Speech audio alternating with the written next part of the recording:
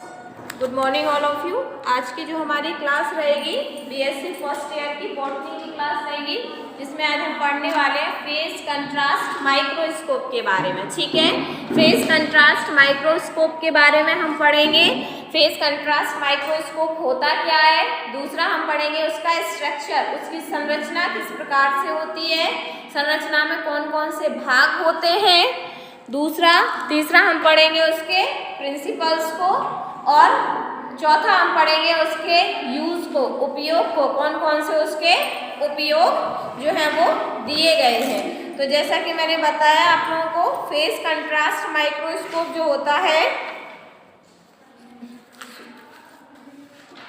सबसे पहले तो बता रही हूँ कि जो सूक्ष्मदर्शी है उसका आविष्कार किसने किया था। जैसे कि मैं लास्ट क्लास में बता चुकी हूँ आपको, जो सूक्ष्मदर्शी है उसका आविष्कार पहले फ्रेडरिक जेल ने 1935 में किया था। ठीक है, इसकी सहायता से क्या कर सकते हैं, हम जीवित कोशिकाओं का अध्ययन कर सकते हैं। कोशिकाएं, जैसा कि हमने लास्ट क्लास में पढ़ा था, कोशिका के बारे में पढ़ा था। कोशिका को हम the structural and functional unit of life is called cell. ठीक है, जीवन की संरचनात्मक और कार्यात्मक इकाई को ही हमने क्या कहा, कोशिका कहा। कोशिका को हम अपनी नग्न आंखों से नहीं देख सकते, इसलिए जब भाई कोशिका को हम देख ही नहीं सकते तो हमें कैसे पता चलेगा कि ये कोशिका है, ये टिश्यू है, ये क्या है। ठीक है, तो उसके लिए माइक्रोस्कोप का आविष्कार किया गया। उसी में जो फेज कंट्रास्ट माइक्रोस्कोप है उसका आविष्कार किया गया, और इससे क्या था, जीवित कोशिकाओं को हम जो है अध्ययन कर सकते थे, जीवित कोशिकाओं को देख सकते थे। ठीक है, अब इसकी संरचना में काफी भाग बताए गए। फर्स्ट भाग जो था वो था एनुलर डायफ्राम। एनुलर डायफ्राम क्या होता है, तो यह सूक्ष्मदर्शी के लेंस सिस्टम के अंदर या कंडेंसर में उपस्थित होता है।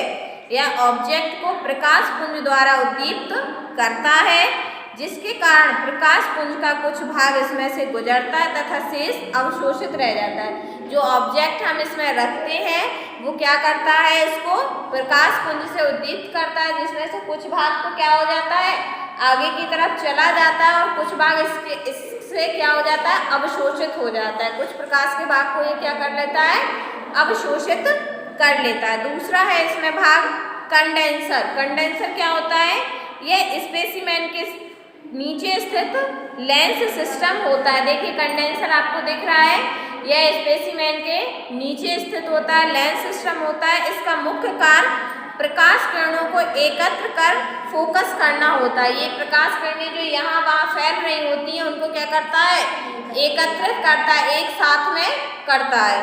ठीक है, थर्ड है आपका ऑब्जेक्ट। ऑब्जेक्ट क्या होता है, डायग्राम में आपको दिख रहा है ऑब्जेक्टिव लेंस। ठीक है, यह ऑब्जेक्ट स्पेसिमेन या ऑब्जेक्ट को कंडेंसर के ऊपर स्टेज पर रखा जाता है। कंडेंसर द्वारा फोकस की गई प्रकाश तरंगें ऑब्जेक्ट को दीप्त करती हैं। इसमें मोटाई में विभिन्नता के कारण सूक्ष्म प्रावस्था अंतराल उत्पन्न हो जाता है। सूक्ष्म प्रावस्था अंतराल मतलब फेज डिफरेंस जो है इसमें उत्पन्न हो जाता है। यदि हम बात करें इसके नेक्स्ट, उसकी ऑब्जेक्ट की नेक्स्ट क्या रहता है इसमें भाग, तो वो है आपका ऑब्जेक्टिव। ऑब्जेक्टिव क्या है, देखो डायग्राम में आपके ऊपर दिख रहा है ऑब्जेक्टिव लेंस। तो ऑब्जेक्ट के ऊपर स्थित लेंस सिस्टम ऑब्जेक्टिव कहलाता है।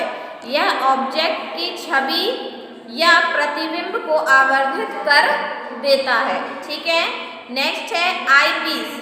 यह भी लेंस सिस्टम होता है जो ऑब्जर्वर की आंख के पास होता है। जो ऑब्जर्वर होता है, जो इस माइक्रोस्कोप से देख रहा होता है, उसकी आंख के पास में ये लेंस सिस्टम जो आई पीस जो है वो रहता है।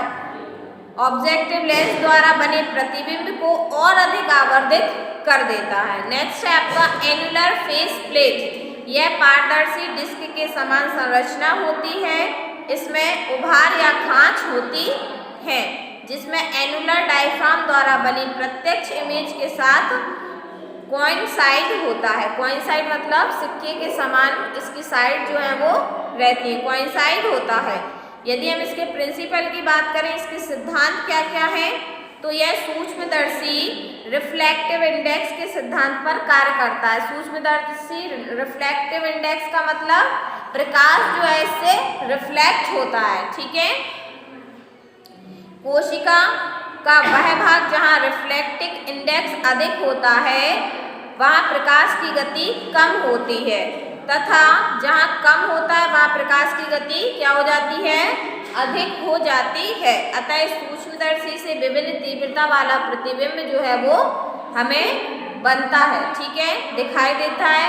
यदि हम इसके उपयोग की बात करें, फेस कंट्रास्ट माइक्रोस्कोप के क्या क्या उपयोग है, तो फर्स्ट जो उपयोग है, सूक्ष्मदर्शी की सहायता से जीवित कोशिकाओं के कोशिकांग जैसे, देखिए सूक्ष्मदर्शी के साथ कोशिका में कौन कौन कोशिकांग रहते हैं, राइबोसोम, माइटोकॉन्ड्रिया, न्यूक्लियक एसिड और केंद्रक, न्यूक्लियस, ठीक है। इन चीज़ों को हम आसानी से क्या कर सकते हैं, माइक्रोस्कोप की सहायता से देख सकते हैं। यदि हम प्लांट में देखें, किसी भी पेड़ में आमतौर पर देखें, तो क्या हमें दिखाई देती हैं ये सब चीज़ें कि राइबोसोम हमें दिख रहा है, ये राइबोसोम है, ये वास्कुलर बंडल है, ये आपके न्यूक्लियस है, दिखाई देते हैं क्या, नहीं।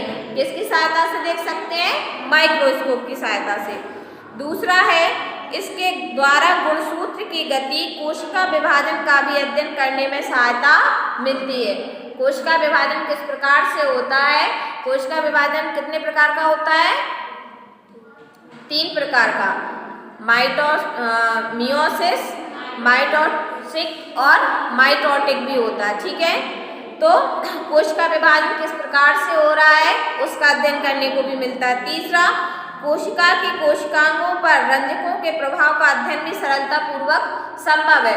किसी कोशिकांग पर हमने कोई भी केमिकल डाला या किसी भी चीज को डाला, उस पर उसका प्रभाव क्या है, इफेक्ट क्या है, उसको अवशोषित कर रहा है या उसको अवशोषित नहीं कर रहा है, या फिर उससे उसकी वृद्धि अच्छी हो रही है या फिर उसकी वृद्धि रुक जा रही है, ठीक है।